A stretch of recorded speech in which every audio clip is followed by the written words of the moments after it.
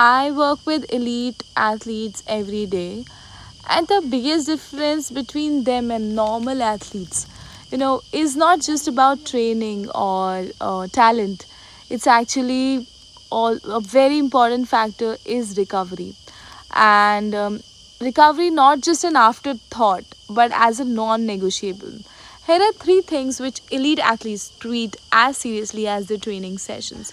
Number one, which is my favorite, which everybody probably knows about, is sleep, and not just more of it, but better quality of sleep. Elite athletes monitor their sleep stages. They protect their 90-minute deep sleep cycles. They treat 7 hours as a floor, not as a ceiling. Because growth hormone, that hormone which is responsible for your body's primary tissue repair, that signal is only released in deep sleep. And if you skip that, you are skipping your own recovery. So you cannot shortcut this. And the second point is hydration before you are even thirsty.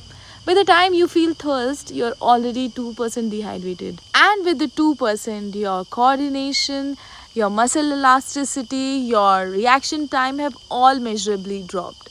Elite athletes regulate not by the clock, not by the sensation.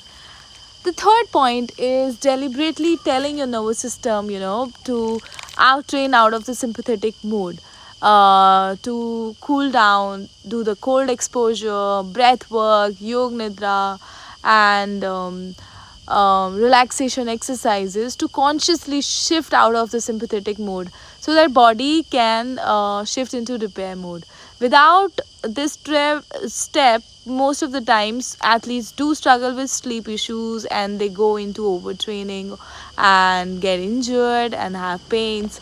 So honestly, no, you don't have to be an elite athlete to use the elite recovery strategies. And these days, a lot of people are shifting to what Olympians do. So take the lessons from here.